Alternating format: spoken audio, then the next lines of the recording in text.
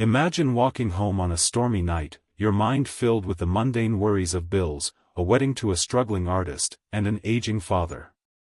Then, you hear a sound that freezes your blood, a groan from the shadows. Most people would keep walking. Most people would turn up their collars and pretend they didn't hear the death rattle of a man bleeding out in an alleyway. But Elena isn't most people. She took an oath to heal, to save, to preserve life. That night, she knelt in the mud and put her hands inside the chest of a monster. She didn't know it then, but the man she was saving was Declan Thorne, the uncrowned king of the city's underworld. The mafia boss. A man whose name alone silences rooms. A man who views people as assets and debts. By stopping the bleeding, Elena didn't just save a life, she signed a contract she never agreed to. When Declan Thorne shows up at her door 3 days later, he doesn't bring flowers or a thank you card. He brings a demand. He demands her hand in marriage, not out of love, but out of a twisted sense of ownership. He believes that because she saved his life, her life now belongs to him. Before we get into the full thing, I need a huge favor from you. Kindly like and subscribe to my channel for more stories like this. The rain in Seattle didn't wash away sins, it only made the blood run faster into the gutters. Elena cross-tightened her grip on her umbrella, her nurse's uniform soaked through despite the cover. She was late getting home to her father and her fiancé, Julian. But a groan from the dark alleyway near St. Jude's Hospital stopped her dead in her tracks. Most people in this city knew to keep walking. But Elena had taken an oath. She stepped into the shadows. A man lay slumped against a dumpster, his breathing ragged. Even in the dim light, the bespoke cut of his Italian suit was visible, ruined now by the dark crimson stain spreading across his abdomen. He was handsome, in a terrifying, sharp-edged way. "Don't," the man rasped, his hand moving toward a gun holstered beneath his jacket. "Don't touch me."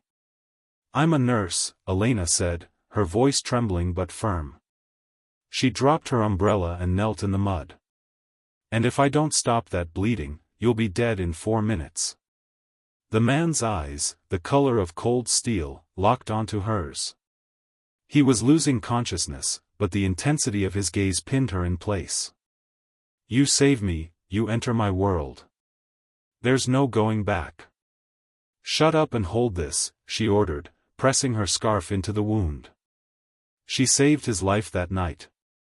She stitched him up in the back of a discreet veterinary clinic he directed her to, refusing to go to the hospital where the police would ask questions. When the bleeding stopped, his men arrived, ghosts in black SUVs.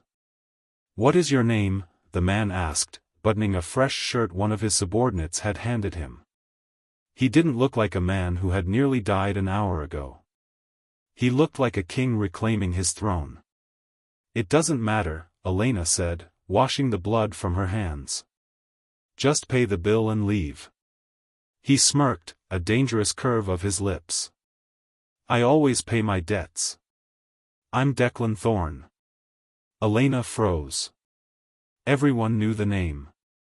The Thorne syndicate owned the docks, the real estate, and half the politicians in the state. "Goodbye, Mr. Thorne," she said, fleeing into the night. She thought that was the end of it. She was wrong. 3 days later, the nightmare arrived at her front door. Elena was sitting at the dinner table with her father, Frank, a decorated police detective, and Julian, a struggling but sweet-natured painter. They were laughing about the wedding planning, about how they couldn't afford a big venue. A heavy knock echoed through the small house. When Frank opened the door, the air in the room seemed to vanish. Declan Thorne stood there, flanked by 2 mountains of muscle. "Declan Thorne," Frank growled, his hand instinctively moving to his hip, though he was off-duty and unarmed. "You have some nerve showing your face at a cop's house." "I'm not here for business, detective," Declan said smoothly, stepping inside without an invitation. He looked past her father, his eyes locking onto Elena. "I'm here for my fiancé." The room went silent. What are you talking about? Julian stood up, his face pale. Elena is marrying me. Declan didn't even look at Julian. He walked straight to Elena, pulling a diamond ring from his pocket that cost more than their entire neighborhood. I told you, Elena. You saved my life. My life belongs to you, which means your life now belongs to me. You're insane, Elena whispered. I'm marrying your daughter, Frank, Declan announced calmly. And in exchange, I will ensure your pension remains intact, and your history, with the missing evidence from the 9th precinct stays buried. Frank's face drained of color. You wouldn't. I would, Declan countered. And as for the artist? He finally glanced at Julian, a look of pure disdain. If you value your hands, the hands you paint with, you'll walk away. Get out. Frank shouted, but his voice lacked its usual power. I'll give you 24 hours to say your goodbyes, Declan said, placing the ring on the table. It sounded like a gunshot. She comes to the Thorne estate tomorrow, or I burn this entire family to the ground. The next 24 hours were a blur of tears and shouting. Julian swore he would fight for her. Frank sat with his head in his hands, the weight of his past corruption, a mistake made years ago to pay for Elena's nursing school, finally catching up to him. Elena realized the truth. Declan wasn't asking. He was acquiring. I have to go, Elena told Julian the next evening. They stood in the rain, mirroring the night she met Declan. No, Julian begged, gripping her shoulders. We'll run. We'll go to Oregon. He'll find us. He'll kill you, Julian. And he'll send my dad to prison. Elena pulled away, her heart shattering. I love you. Never forget that. But I can't let you die for me. She left him crying in the driveway and got into the black limousine waiting at the curb. The Thorne estate was a fortress of cold stone and glass. Declan was waiting in the library, holding 2 glasses of whiskey. You came, he said, not turning around. I hate you, Elena spat. You're a monster. You think you can buy people? I don't think, Declan turned, walking toward her. I know. Everything has a price, Elena. Even love. This isn't love. It's a hostage situation. Call it what you want, Declan said, closing the distance between them. He reached out, his fingers brushing her jaw. She flinched, but he didn't pull away.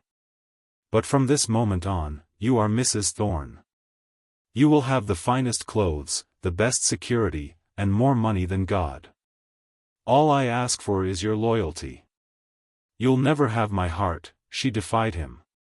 Declan's eyes darkened, a flash of something painful crossing his features before he masked it with arrogance. We have a lifetime for me to change that. The wedding was a small, cold affair. Elena wore a dress worth $50,000 that felt like a shroud. She said, I do, to save her father and Julian, but as Declan kissed her, a possessive, searing claim, she felt a terrifying spark. He didn't kiss her like a villain, he kissed her like a drowning man finding air. Weeks passed. Elena lived in the golden cage. She refused to speak to Declan, sleeping in the guest room. But Declan was patient. He showered the city with charity in her name. He rebuilt the pediatric wing of her hospital. Then, the news broke. Elena was watching the TV in the massive living room when the headline flashed, local artist brutally attacked. It was Julian. His studio had been raided.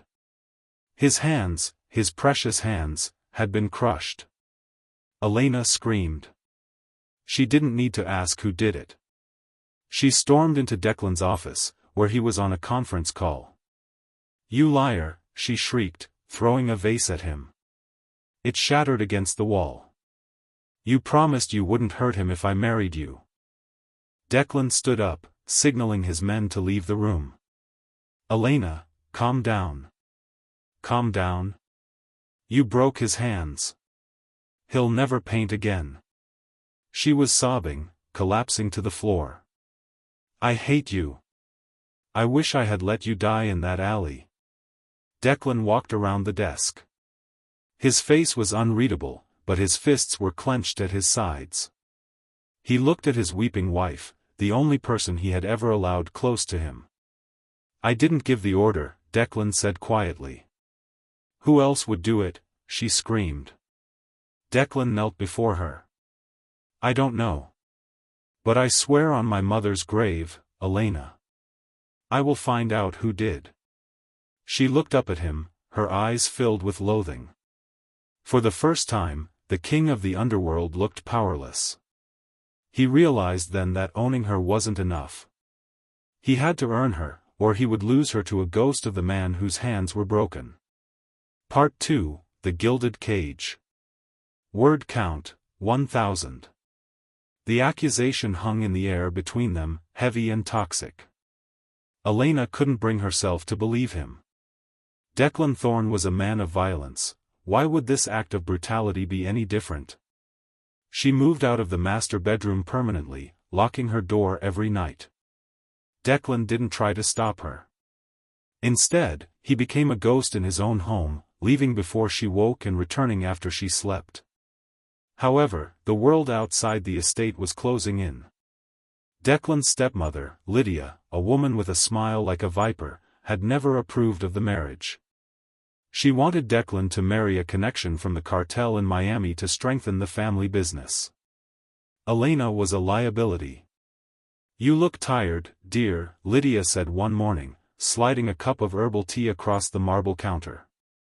Marriage to a man like Declan, it takes a toll. I'm fine, Elena said curtly. She took a sip. The tea tasted bitter, but she swallowed it to be polite. He's a dangerous man, Lydia continued, checking her perfectly manicured nails. You know, before you, there were others. They all realized eventually that a beast cannot be tamed. They left. You should too, before you get hurt. I can't leave, Elena said. He has leverage on my father. Lydia's eyes glinted. Leverage can be removed. If Declan were distracted or disgraced. Elena ignored her, but the seed of doubt was planted. Was there a way out? Later that week, Elena insisted on visiting Julian in the hospital. Declan forbade it initially, but when he saw the hollow look in her eyes, he relented. My guards go with you, Declan ordered. And you stay for 20 minutes. Julian looked small in the hospital bed. His hands were heavily bandaged, elevated in slings. When he saw Elena, he began to weep. Look at what he did to me, Julian sobbed. My life is over, Elena. I can't hold a brush. I can't hold you. I'm so sorry, Elena whispered, sitting by his side. I confronted him. He denied it. Of course he denied it. Julian's face twisted with a sudden, ugly rage that startled her. He's a psychopath.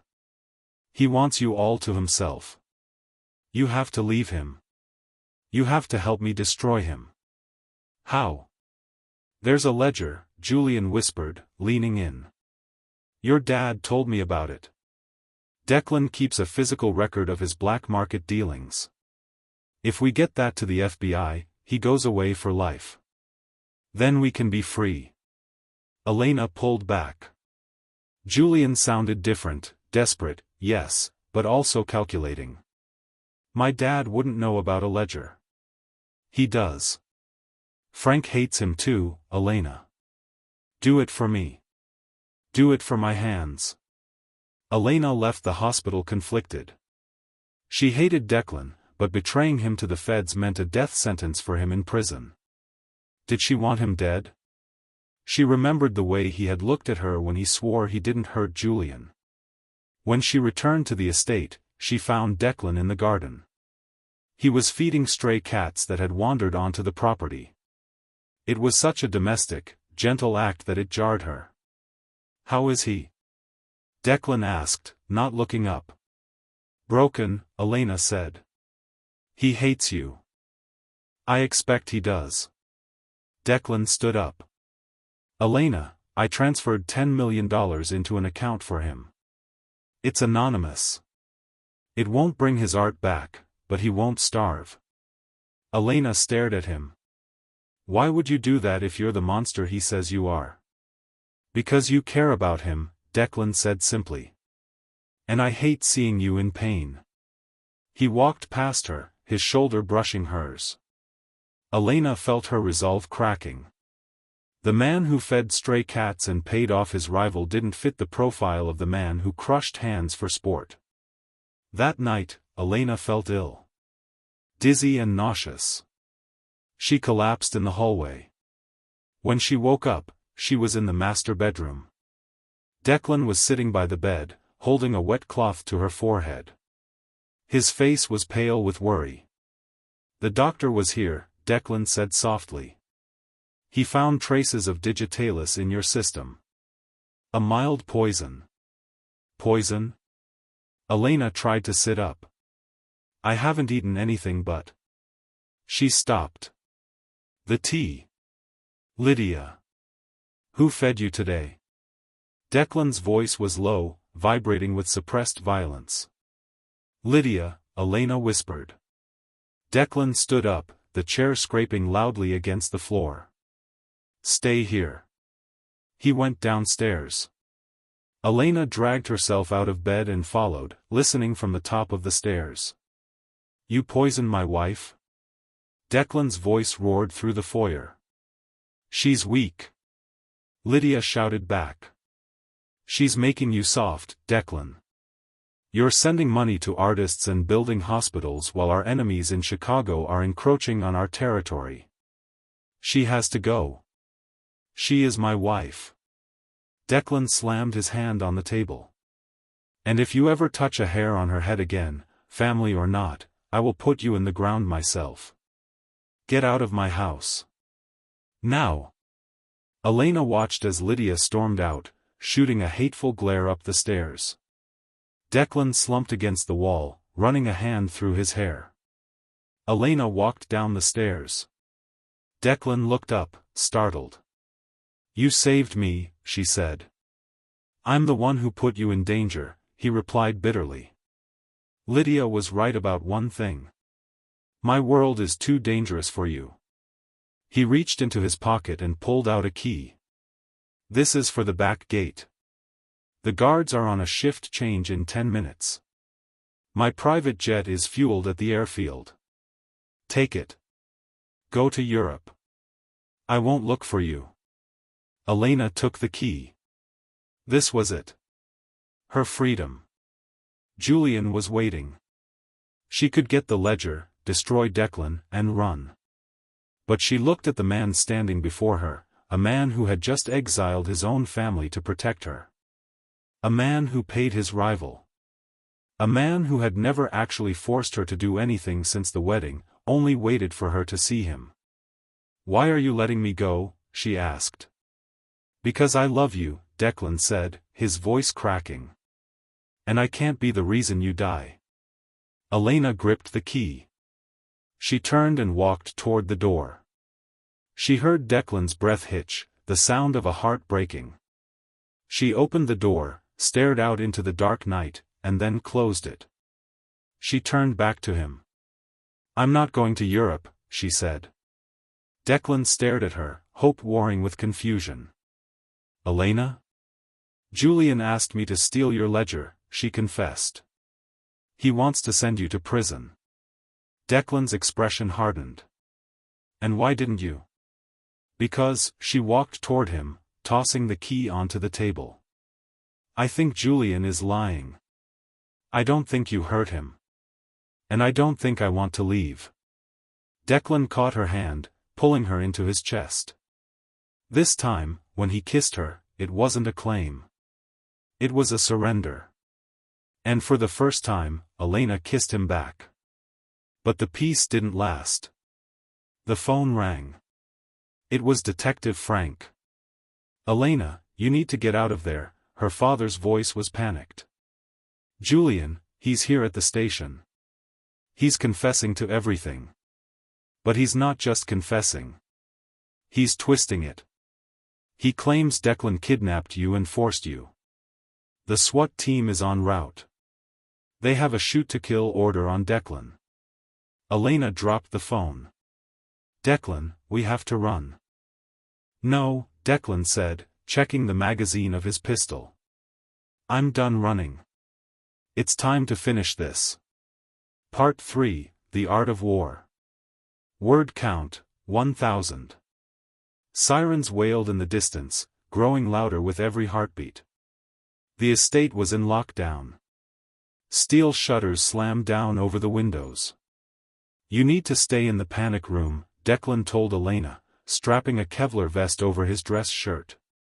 "I'm not leaving you," Elena argued, grabbing his arm. "My father is leading them.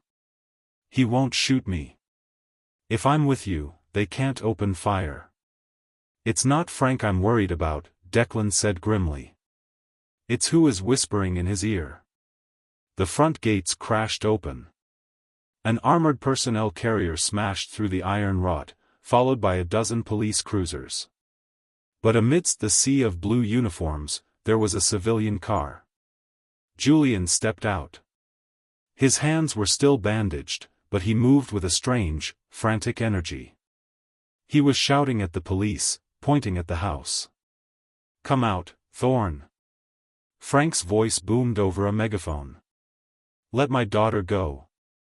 Declan opened the front door, holding his hands up, but keeping his body shielding Elena, who stood just behind him. "She's free to go, detective." Declan shouted back. "She stayed of her own will. He's brainwashed her." Julian screamed, running toward the police line. "Shoot him. He's got a gun." "Julian, stop!" Elena yelled, stepping out from behind Declan. The sight of her froze the scene. She looked at her father, then at Julian. "Dad, listen to me." Elena cried. Declan didn't hurt Julian. "It's a lie." Julian's face twisted. He broke through the police line, rushing toward the porch. "Elena, get away from him. He's manipulating you." "Back off, son," Frank warned, lowering his weapon slightly. "Let her speak." "No." Julian was unraveling. "He ruined my hands. He stole my life." Suddenly, Julian pulled a gun from his waistband, a heavy, silver revolver that looked awkward in his bandaged, broken hands. "Julian?" Elena gasped. "Your hands, you can hold a gun." The bandages were loose. Julian ripped them off with his teeth. His hands were bruised, yes, but they weren't crushed. They flexed with dexterity as he aimed the weapon at Declan.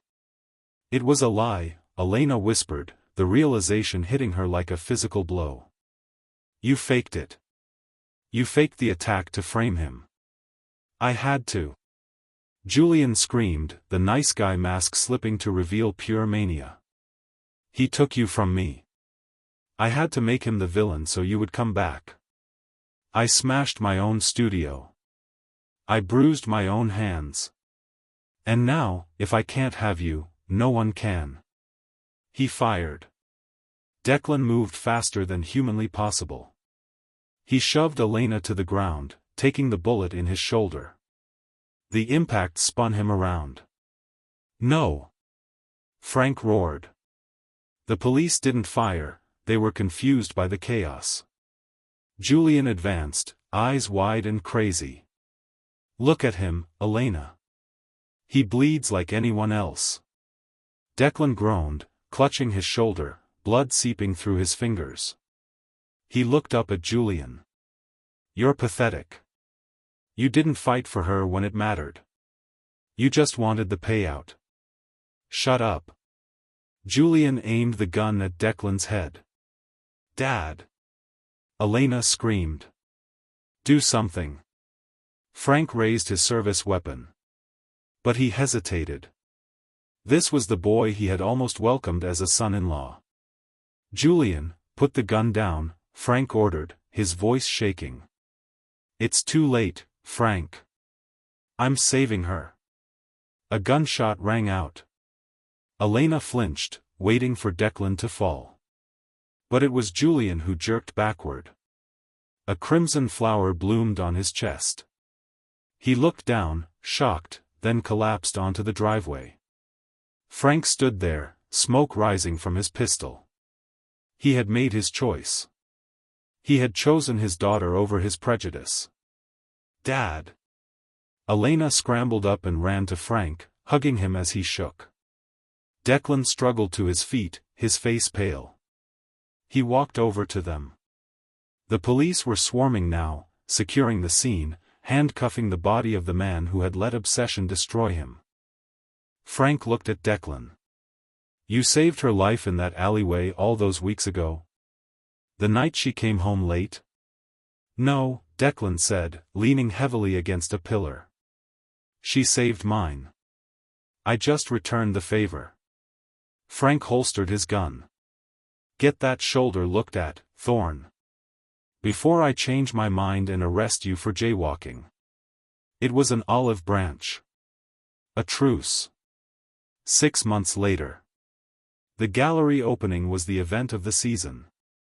The Thorne Foundation had sponsored a new exhibit for underprivileged youth artists. Elena stood on the balcony, watching the crowd below. She wore a dress of deep emerald, her hand resting comfortably in Declan's. His shoulder had healed, though it left a scar that matched the one on his stomach. "You're thinking about him," Declan said quietly. "I'm thinking about how much time we wasted," Elena replied. "Thinking we were enemies." "We were enemies," Declan reminded her, turning her to face him. "I kidnapped you, essentially. And I tried to poison you with bad attitude for 3 months," she smiled. "Fair trade." Declan reached into his pocket. "I have something for you. Not a necklace this time. Not a car."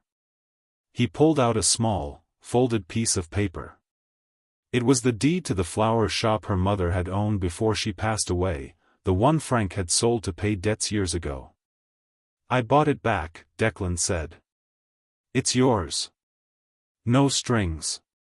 No mafia ties. Just flowers." Elena's eyes filled with tears. She looked at the man who the world called a devil. They didn't see him like this. They didn't see the man who loved with a ferocity that could burn the world down or build it back up. "You're a fool, Declan Thorne," she whispered, leaning up to kiss him. "I'm your fool, Elena," he murmured against her lips.